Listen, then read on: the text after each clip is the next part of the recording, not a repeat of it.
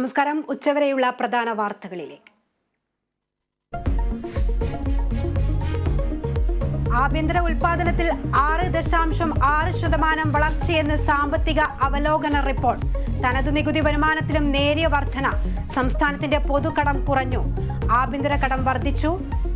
സംസ്ഥാന ബജറ്റ് തിങ്കളാഴ്ച. എക്സാലോജിക് വിവാദത്തിൽ അടിയന്തര പ്രമേയ നോട്ടീസിന് അനുമതിയില്ല. പ്രതിപക്ഷം സഭ ബഹിഷ്കരിച്ചു.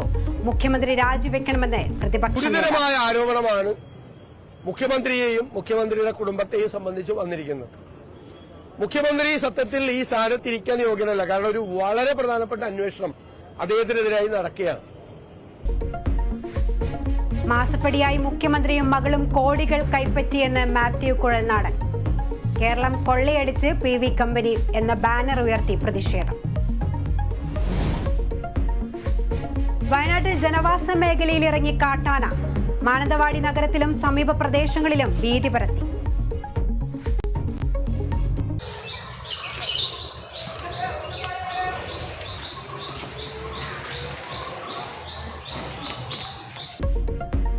നഗരത്തിൽ നിരോധനാജ്ഞ പ്രഖ്യാപിച്ചു.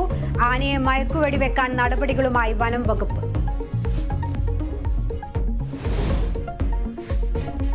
UDF സ്ഥാനാർത്ഥി നിർണയം അന്തിമഘട്ടത്തിലേക്ക്. ലീഗിന് 2 സീറ്റുകൾ. കോട്ടയം ജോസഫ് ഗ്രൂപ്പിന് തന്നെ. ഫ്രാൻസിസ് ജോർജ് സ്ഥാനാർത്ഥിയാകാൻ സാധ്യത.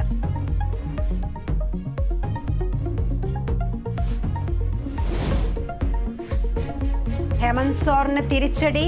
ED അറസ്റ്റിനെതിരായ ഹർജി സുപ്രീം കോടതി തള്ളി. ജാർഖണ്ഡ് മുഖ്യമന്ത്രിയായി ചമ്പൈ സോറൻ സത്യപ്രതിജ്ഞ ചെയ്തു. 10 ദിവസത്തിനകം ഭൂരിപക്ഷം തെളിയിക്കണം.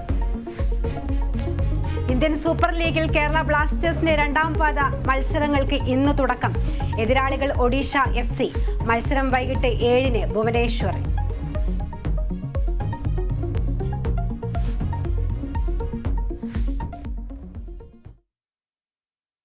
വിശദമായ വാർത്തകളിലേക്ക്. ആഭ്യന്തര ഉൽപാദനത്തിൽ 6.6% വളർച്ചയെന്ന് സാമ്പത്തിക അവലോകന റിപ്പോർട്ട്. തനത് നികുതി വരുമാനത്തിലും നേരിയ വർധന. സംസ്ഥാനത്തിന്റെ പൊതുകടം